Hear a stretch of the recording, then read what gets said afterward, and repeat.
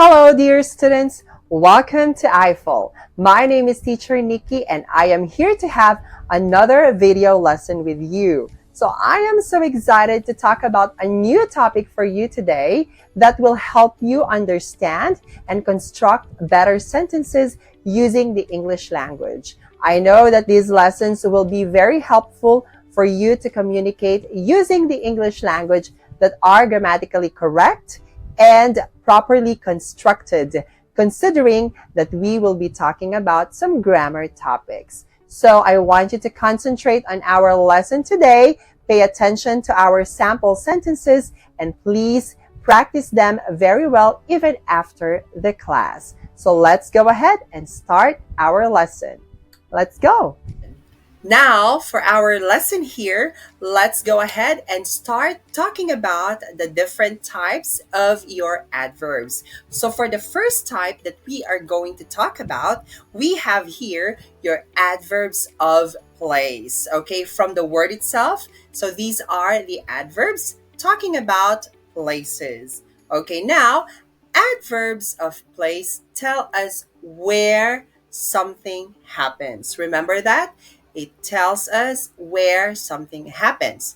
Adverbs of place are usually placed after the main verb or after the clause that they modify. So adverbs of place do not modify adjectives or other adverbs. So remember that they do not modify your adjectives or adverbs. Some examples of adverbs of place are here, everywhere, outside, away, and around. Okay, so let's see some example sentences here. So John looked around, but he couldn't see the monkey, right? Looked around, looked where, right? I searched everywhere I could think of, okay? I searched where, right? Everywhere I could think of. I'm going where? Back to school. So I'm going back. Come in, right? They built a house nearby and she took the child outside. All right? So these are just some examples of your adverbs of place. Remember, they answer the question or they tell us where. Okay? Now, let's discuss here and there. So here and there are common adverbs of place. They give a location, okay, relative to the speaker with verbs of movement, okay? Here means towards or with the speaker. And there means away from or not to the speaker. So remember, when you are using here, there is an implied meaning that there's a movement going to the speaker. Okay? And you use there's a movement away from, okay, and not with the speaker. Like for example, come here, which means come towards me, right? The table is in here. Come with me. We will go sit together. All right? Put it there. Put it in a place away from me. And the table is in there. So go in, you can see it by yourself. So here and there are combined with prepositions to make many common adverbial places. So we can also combine them with prepositions, then you form your adverbial phrases. What are you doing up there? Come on over or come over here and look at what I found. Okay? The baby is hiding down there under the table. I wonder how my driver's license got stuck under there. So examples here, up there, over here, down there, under here. So are just examples of your adverbial phrases using here and there. All right? Now, here and there are plays at the beginning of the sentence in exclamations, okay, or when emphasis is needed, okay. They are followed by the verb if the subject is a noun or by a pronoun if the subject is a pronoun. Here comes the bus. There goes the bell. There it is. Here they are. Okay, so you are putting more emphasis with these sentences. Okay, so for the next part, we have here adverbs of place that are also prepositions. Okay, so it means these are adverbs of place, but are also considered as prepositions. So when used as prepositions, they must be followed by a noun. But remember, if you're using them as an adverb, there should be a verb, an adjective, or another adverb with them. First one is around. So when it is an adverb, the marble rolled around in my hand. So if it's a preposition, I am wearing a necklace around my neck. Okay? Behind. Hurry, you are getting behind. Let's hide behind the shed. Next is down. Mary fell down. John made his way carefully down the cliff. Okay, you see the difference there? There is a verb, fell, and then your adverb down.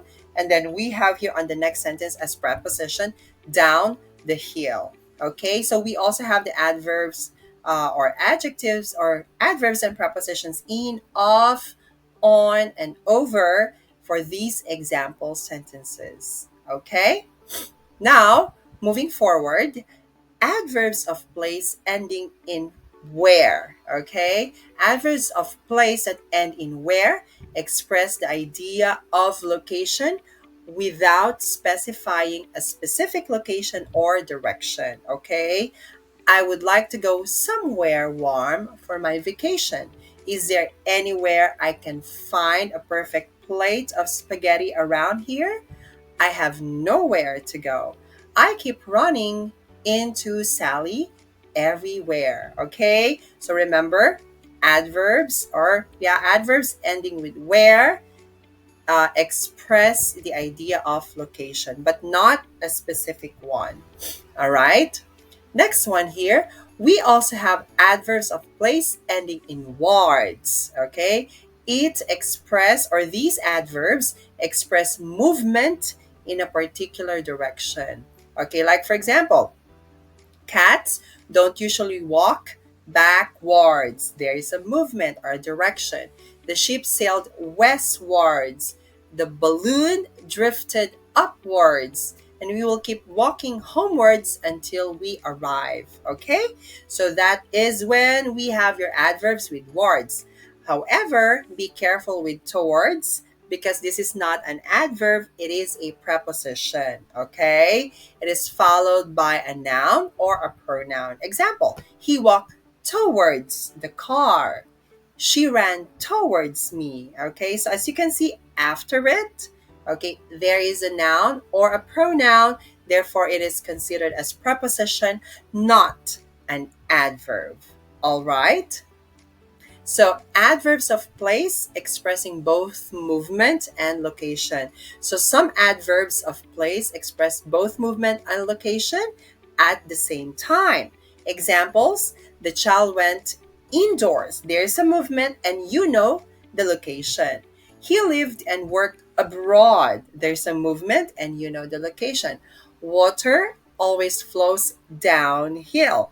Okay, so you know there's a movement and there is a location. The wind pushed us sideways. So these are just some examples of your adverbs of place expressing both movements and location. All right?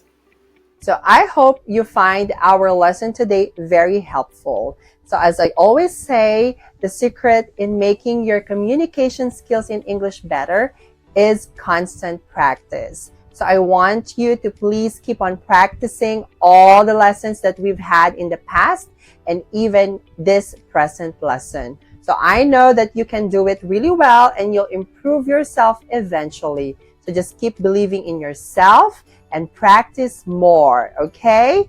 Now, please stay tuned to our more lessons here in I-Fal and please visit our website that I will flash on the next screen. I also encourage you to please subscribe to our classes because we have a lot of amazing teachers that will help you and guide you in improving your English skills. So once again, this is Teacher Nikki. So I'll just see you again on the next classes and video lessons that we're going to have. I know that we will have more amazing lessons in the future. So stay tuned And good luck, study harder, and I'll see you next time.